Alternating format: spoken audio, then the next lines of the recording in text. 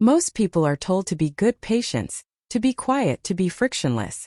But between June and September of 2026, I chose choice A. I chose friction. From the sensory overload of a metal CT dryer to the frustration of a surgery delay, I stopped being a passenger in the medical system and started being the architect of my own recovery. July 13th was the delay that became a training camp. August 24th was the 90-minute battle. And September 8th brought the 2 words that changed everything. Cancer-free. These dates are more than just ink on a calendar. They are the foundation for the last 3 years of my life. They are the moments I fought back against an imperfect system. This is part 2 of the journey. The moment where the patient ends and the advocate begins. Imagine going to the doctor for a routine checkup. Like you eat right, you exercise, you've never missed a screening in your life. Right, you're doing everything by the book. Exactly. You're sitting on that crinkly paper feeling completely fine, maybe, mentally running through your grocery list for the day. But when the doctor walks back into the room, their posture has it's changed. Oh yeah, that shift in the energy. Yeah, they avoid eye contact for just a fraction of a second too long. And in 3 short words, that whole illusion that doing everything right keeps you safe, it just shatters completely. You have cancer. It forces an immediate, brutal division of your timeline. There's the person you were before that sentence was spoken, and the person you are literally forced to become the second after. Because everything you thought was a certainty is suddenly just a variable. And that is the exact pivot point we're diving into today. Welcome to today's deep dive. We are looking at this really remarkable upcoming book releasing in July of 2026. It's called When Life Changed and I Fought Back by Cricket Fox. Yeah, some of you listening might actually know her from her show, Corner Coffee with Cricket. Right. And today, our mission is really to extract the blueprint she built for navigating medical trauma. And more importantly, how she learned to advocate for herself when the whole medical system just threatened to swallow her whole. I mean, to even understand that blueprint, we have to acknowledge the foundation it was built on. Her husband, Phil, is really the anchor of this entire 3-year cancer journey. But there is this incredibly heavy reality shared right in the author's note. Yeah, that part really got me. It's heartbreaking. Phil passed away after the pages of this book were written, so he isn't here to see this blueprint published, but his quiet, constant presence, it really informs the entire philosophy of her survival. It totally recontextualizes everything you read. She's moving forward alone, carrying these lessons they forged together. And I really want to frame our conversation today, not just as a retrospective on some medical battle. Right, it's bigger than that. It is. This is really a field manual for what to do when life suddenly forces you off the highway and deep into the wilderness. Ooh. So let's look at how she ended up there. She had been dealing with what she assumed were just standard postmenopausal symptoms. Like hot flashes, right? Yeah, just hot flashes. She goes in for a routine pap smear, and shortly after, further testing reveals endometrial cancer, stage 1. Yeah, active cancer cells in the lining of her uterus. And the way she describes this specific type of cancer is haunting. She calls it a silent thief. A silent thief, wow. And if we look at the mechanics of why that term is so resonant, it basically comes down to a violation of causality. Like a betrayal. Because she held up her end of the bargain. She did. We're all conditioned to believe that if we follow the preventative maintenance schedule, getting the checkups, eating the vegetables, doing the cardio, right, we think our bodies will warn us if the engine light comes on. But endometrial cancer didn't trigger any early warning sensors for her. The thief just bypassed the alarm system entirely, which is terrifying. Because when you're faced with a threat that doesn't play by the rules, your instinct is usually panic. But Cricket boils the immediate aftermath of a diagnosis down to this really stark fork in the road. She says you have choice A or choice B. Let's actually look at choice B first because, frankly, it seems like the default setting for most of the healthcare system. It really is. So choice B is passive compliance. You just lay back, you give up your autonomy, and you let the sheer gravity of the medical bureaucracy pull you along. You're just a passenger. Exactly. You don't ask what the medications do. You don't question the timeline. You just become a passenger in your own treatment. And the system prefers this because it's efficient. Frictionless patients are just easier to process. Which brings us to choice A, choosing friction, becoming actively knowledgeable, challenging assumptions, and essentially fighting for a seat at the table where decisions about your own survival are made. But I had to push back on this a little bit because I kept thinking about this while reading. Sure, what did you think? Well, it sounds incredibly empowering on paper, right? But if my body is actively failing and I am terrified, telling me I need to take on a part-time job as a medical researcher just to survive, I mean, that feels almost cruel. It's like being in a skidding car. Choice B is just closing your eyes and hoping for the best, while choice A is trying to grab the steering wheel and pump the brakes when you've never even taken a defensive driving course. Isn't choice A just incredibly exhausting when you can barely process the diagnosis? Oh, absolutely. That is the fundamental paradox of self-advocacy. It requires energy you feel like you just do not have. But Cricket makes this fascinating psychological distinction here. She realized that the exhaustion of passively waiting in the dark for someone else to save her was actually more draining than the exhaustion of fighting. Huh. That's an interesting way to look at it. Right. She describes the whole medical landscape as this forest of questions.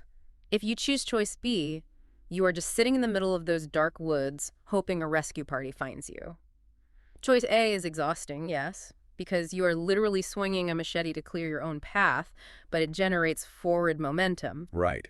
But to clear a path, you usually need some kind of reference point. You need a map. Huh. And this is a detail that completely stopped me in my tracks while reading. Cricket couldn't look backward to figure out her path forward because she was adopted. Yeah, a literal blank slate in terms of genetics. We take for granted how often doctors rely on familial health histories to predict risks or, determine treatment aggressiveness. Like, did your mom have this? Did your grandma? Exactly. And Cricket had zero historical data, no idea if her biological mother or grandmother faced anything like this. And it wasn't just about her. Both of her daughters had faced their own health issues involving cancer. So she realized in real time that her fight wasn't just about surviving the year. She was acting as the cartographer for her descendants. She was writing the medical history book from scratch. Yeah, so her daughters wouldn't have to wander blindly in that same forest. The stakes go from individual survival to generational protection. And because the stakes are that high, she developed these very specific tactical methods for engaging with the medical machine. And the most crucial one she introduces is finding an outside voice. Okay, let's dig into how that actually works, because if you're listening right now and thinking about who you would call in a crisis, your first instinct is probably your spouse, your parent, or your best friend. Naturally, yeah. But Cricket suggests that those are often the worst people to rely on for objective clarity. Because they are right in the blast radius of the diagnosis with you. When doctors start throwing around complex terminology, staging numbers, and mortality rates, a patient's brain typically enters a state of complete cognitive overload. Right, you're just not absorbing anything. No, you can't. The fight or flight response physically impedes the prefrontal cortex from processing complex information, and your partner sitting next to you. They are likely in the exact same state of neurological panic. So an outside voice has to be someone who is detached from the emotional whirlpool. Like, she leaned on professionals, counselors, nurses, people who could look at a terrifying chart and translate it into a structured checklist without their own heart rate spiking. They act as a filter. They remove the emotional resonance from the data so you can actually figure out what the immediate next step is rather than just spiraling into worst-case scenarios. And she also found an informal version of this in waiting rooms, right? Just striking up conversations with other patients. They might casually mention how they handled a specific side effect of a medication that the doctor never even brought up. It's like peer-to-peer mapping. Oh, there is a whole underground economy of knowledge among patients. The doctors know the clinical trials and the statistics, sure, but the person sitting next to you in the waiting room knows how to physically get through the Tuesday after a treatment. Yeah. And when it comes to the doctors themselves, she had a strict rule about plain language. If a specialist used a term she didn't grasp, she stopped the appointment and made them explain it. She draws a line here that I think is maybe the most valuable takeaway from the entire book: the difference between being medically trained and medically knowledgeable. It's a vital distinction. The medical system often inadvertently makes patients feel ignorant because they don't have a medical degree. But Cricket argues you don't need to be trained to be knowledgeable. It's like hiring an architect to build you a house, right? You don't need to know how to pour the concrete foundation, and you don't need to know how to wire the electrical panel. That's being trained. But you absolutely must know how to read the blueprints well enough to know if they are building a house you can actually live in. That's being knowledgeable. That's a great analogy. And if the architect refuses to explain the blueprint in a way you understand, you don't just blindly sign off on the house, you force them to explain it. That is choice A in action. Right. But, I mean, theory is great. Hmm. Putting that into practice when your body is actively betraying you is another story. And her CT scan is really where the theory hits a wall of physiological panic. Yeah, that transition from the conceptual fight to the sterile, terrifying reality of a hospital procedure. She actually had to delay the initial scan because just speaking to the hospital scheduling department triggered a severe panic attack. And when she finally goes in on June 22nd, the visceral details she shares are intense. She says the machine is incredibly loud. She compares it to being trapped inside a metal dryer. Which sounds awful. Truly. And to cope, Phil is there with her. She wears earphones. She counts. She hums. She even physically covers her eyes with her right arm just to block out the sterile environment. Those sensory details really matter because they illustrate how much energy it takes just to remain physically present in the room. The clinical environment is inherently hostile to human comfort. But she gets through it. She walks back out to Phil in the waiting area and just says, "I did IT." It's this momentary triumph. And by July 1st, the scan results are initially great. The cancer is localized. They schedule a full hysterectomy for July 20th to just remove the thread entirely. But then there's a setback. Right. A few weeks before the surgery, July 13th, she goes in for a mini physical with a high-risk team. They do an ECG, a memory test, and a 6-minute walk test. And she barely makes it 3 minutes before she has to stop. Her blood pressure is just off the charts. She is officially experiencing white coat hypertension. Her cardiovascular system is reacting to the clinical environment as if she is being hunted by a predator. Her blood pressure spikes purely from the psychological weight of being in the hospital. And because of this, Dr. Gibb calls her on July 15th and completely halts the schedule. They delay the cancer surgery by more than a month to August 24th just to manage her blood pressure.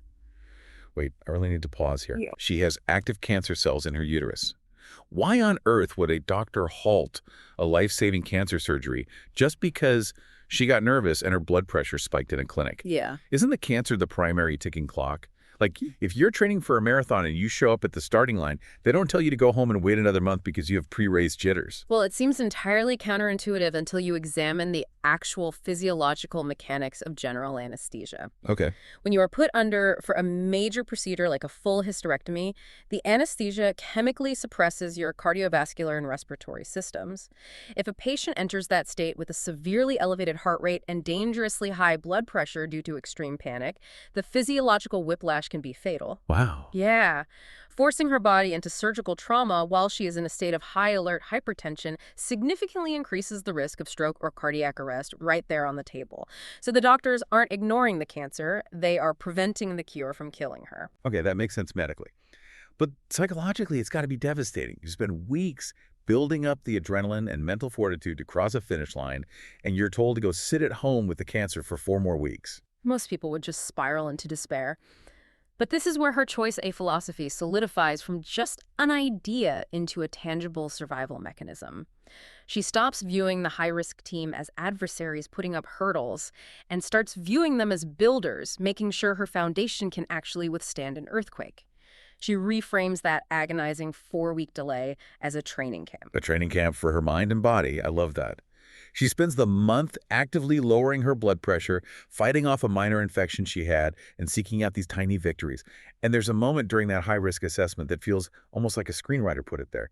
She walks past a doctor's office, and the nameplate on the door literally says, Dr. P. Disney. I love that part. The brain is a pattern recognition machine, and when you are immersed in an environment characterized by terms like malignant, high risk, and mortality, spotting the word Disney functions as a psychological circuit breaker. It reminded her that a narrative with a happy ending was still a statistical possibility. So she utilizes the training camp. She gets her baseline stable. Wow. Let's jump to the surgery day, August 24th. How does all this intense preparation and mapping finally play out? It starts with a very difficult boundary setting, actually. Phil drives her to the hospital, but he doesn't stay. Because of his own fragile health challenges, sitting in a high-stress waiting room for hours just wasn't a viable option. Which means she walks through those hospital doors alone. She did. But she writes that knowing he was safe at home waiting for her call acted as her anchor. It was his quiet strength that she carried into the pre-op room. And he visited later with her stepson, which she said was like a breath of fresh air. Yeah. And the surgery itself becomes the ultimate validation of her choice, a preparation. The medical team had blocked out over 2 hours for the procedure, But because her body was prepped, her blood pressure was managed, and the surgical environment was optimized, it took an hour and a half. A massive success. They successfully complete the hysterectomy. She deals with some complex reactions to the anesthesia afterward, spending time in the high-risk and respiratory units, but she pushes through. And then, on September 8th, she gets the declaration every patient dreams of from Dr. Gibb. She is officially cancer-free. The thief hadn't touched the ovaries. Incredible. But the crucial lesson Cricket leaves us with is that self-advocacy does not retire the moment you hear the words cancer-free. The system still operates on defaults, because on September 14th, she writes about the hardest lesson learning to stop and listen to her body. Right, because case in point, her future oncology appointments. As she continues to heal, she writes about preparing to challenge the standard operating procedure. She anticipates the oncologist might push for precautionary chemotherapy. And she has done the research, evaluated her specific pathology report, and is preparing to negotiate for rigorous, regular blood work monitoring instead. She is operating as an equal partner in her health, not a subordinate. She really understands the blueprint now. But we should definitely emphasize that this level of empowerment doesn't erase the deep emotional scars of the process. Oh, definitely not. You pointed out a journal entry she wrote on July 1st, the very day she found out the cancer was confined. It was supposed to be a day of pure celebration. But amidst the relief of knowing the cure would be a full hysterectomy, she documented a profound, quiet terror. She was afraid of how losing those organs would alter her identity as a woman. She articulated a very common, yet rarely discussed internal conflict. That tension between being desperately grateful for a physical cure while simultaneously mourning the loss of a biological marker of womanhood. She worried how Phil would perceive her post-surgery. The fear that surviving would cost her the way her partner looked at her, it just anchors all the medical jargon in something deeply human. The emotional toll is just as heavy as the physical one. And that vulnerability is exactly why her own medical team urged her to share this raw, unpolished story, including her tears and video blogs. They saw a patient who didn't just survive their treatments, but who fundamentally understood how to navigate their world without losing her humanity to inspire others. They recognize that the medical field creates that forest of questions. They need voices like hers to help future patients find their way through it. And that is the core value of When Life Changed and I Fought Back. Which brings us to the ultimate question for whoever is listening right now. Life is incredibly adept at changing the narrative without your permission. It might be a medical crisis, it might be an unexpected career pivot, or a sudden personal challenge. When the chaos feels like a tidal wave, what is your default? Are you a choice B person waiting for the system to process you? Or are you willing to take on the exhaustion of choice A? And if you choose A, who is your outside voice? Like, who can you call right now who will look at the blueprint without panicking? Establishing those systems before the crisis arrives is the best defense against cognitive overload. Exactly. So here's a final thought to mull over or explore on your own. Whether you are dealing with a crisis or just driving to work right now, Cricket had to build her family's medical map from scratch because her adoption meant she had no genetic history. But think about your own family. Even if you aren't adopted, how much do you actually know about your own family's medical history? Do you know what kind of heart disease or cancer runs in your family? Or are you just passively hoping for the best? Are you actively asking your parents the uncomfortable health questions today, writing down the answers, and building your own map? Because if you don't do it now, your loved ones might find themselves lost in a forest of questions when it is finally their turn to navigate the woods. Better to hand them a map now than leave them in the dark later. Thanks for exploring the deep dive with us. The cancer-free declaration on September 8th wasn't the end of the story. It was the groundbreaking ceremony. I walked out of that hospital no longer a passenger, but the lead architect of my own life. I had the blueprints, I had the tools, and for the first time I had the voice to say exactly what was going to be built next. I survived the friction because I refused to be smoothed over. I survived because I chose to be the one holding the machete. As I look back on that timeline from June to September, I don't just see a medical record, I see a manifesto. I'm Cricket Fox. I'm a mother, a writer, and a survivor. And as it turns out, the patient was just the training version of the advocate I was always meant to be.